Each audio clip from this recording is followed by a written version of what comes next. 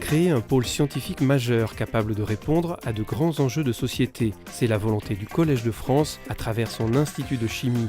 3 chaires, 150 chercheurs et personnels et un axe de recherche central, les nouvelles technologies de l'énergie. Mon ambition, c'est de participer à ce projet absolument fascinant, très compliqué, ambitieux, qui est de remplacer les énergies fossiles, un jour le nucléaire, par des énergies renouvelables. Le grand projet du laboratoire qui concerne l'énergie, on peut le faire entrer dans le domaine de la photosynthèse artificielle. C'est faire un peu comme les plantes ou les micro-organismes photosynthétiques, c'est de réussir ce formidable défi que la nature a réussi, mais de le réussir dans nos laboratoires, de prendre de la lumière solaire,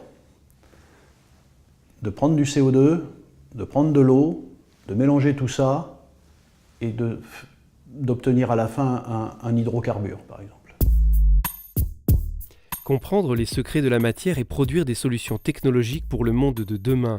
Les chimistes ont une approche fondamentale, mais aussi le souci de potentielles applications industrielles. Aujourd'hui, si vous me demandez comment on va faire pour stocker l'énergie provenant d'une ferme d'éoliennes ou d'une ferme de panneaux photovoltaïques, on ne sait pas le faire, on n'a pas de solution, parce qu'on a des systèmes de stockage limitants. D'où, si vous voulez, mon objectif, mon rêve, si je peux dire, c'est finalement de voir comment on pourrait contrecarrer ces limitations. Ce qu'on a mis au point est finalement un changement de concept ou de croyance. Parce que bon, tous les accumulateurs, toutes les batteries à ion lithium que vous avez dans vos portables, dans vos appareils, bien, fonctionnaient sur un principe relativement simple, qui était, bon, vous avez du lithium qui va rentrer ou sortir du composé, mais vous avez une réduction du cation pour compenser pour la charge. Et pendant 25 ans, tous les chercheurs se sont engagés, dévoués à trouver de meilleurs composés sur ce principe. Et récemment, on a montré finalement que dans ces structures, que j'ai dessinées au tableau, vous avez des atomes qui sont des atomes bleus et des atomes rouges, qui sont les oxygènes. Et jusqu'à maintenant, tout le monde avait nié la participation de ces atomes d'oxygène. Au jour d'aujourd'hui, on a montré que dans certains matériaux, bien, ces anions pouvaient participer à la capacité, c'est-à-dire à l'énergie que pouvaient retirer d'un matériau. De la synthèse moléculaire à l'élaboration de nanoparticules thérapeutiques, les laboratoires de l'Institut sont spécialisés dans la création de structures et de matériaux inédits dont les applications dépassent largement les questions d'énergie. Le point central, en fait, c'est l'élaboration de matériaux biomimétiques ou bio-inspirés dans lesquels finalement on trace très clairement les parallèles entre les structures et les modes de construction de matériaux faits dans la nature et les matériaux modernes que nous sommes en train de réaliser au niveau du laboratoire. Les 3 laboratoires partagent leur savoir et leur savoir-faire. Ainsi la chimie bio-inspirée ou encore la chimie douce, plus respectueuse de l'environnement et qui permet de construire des structures complexes en partant des briques moléculaires les plus simples.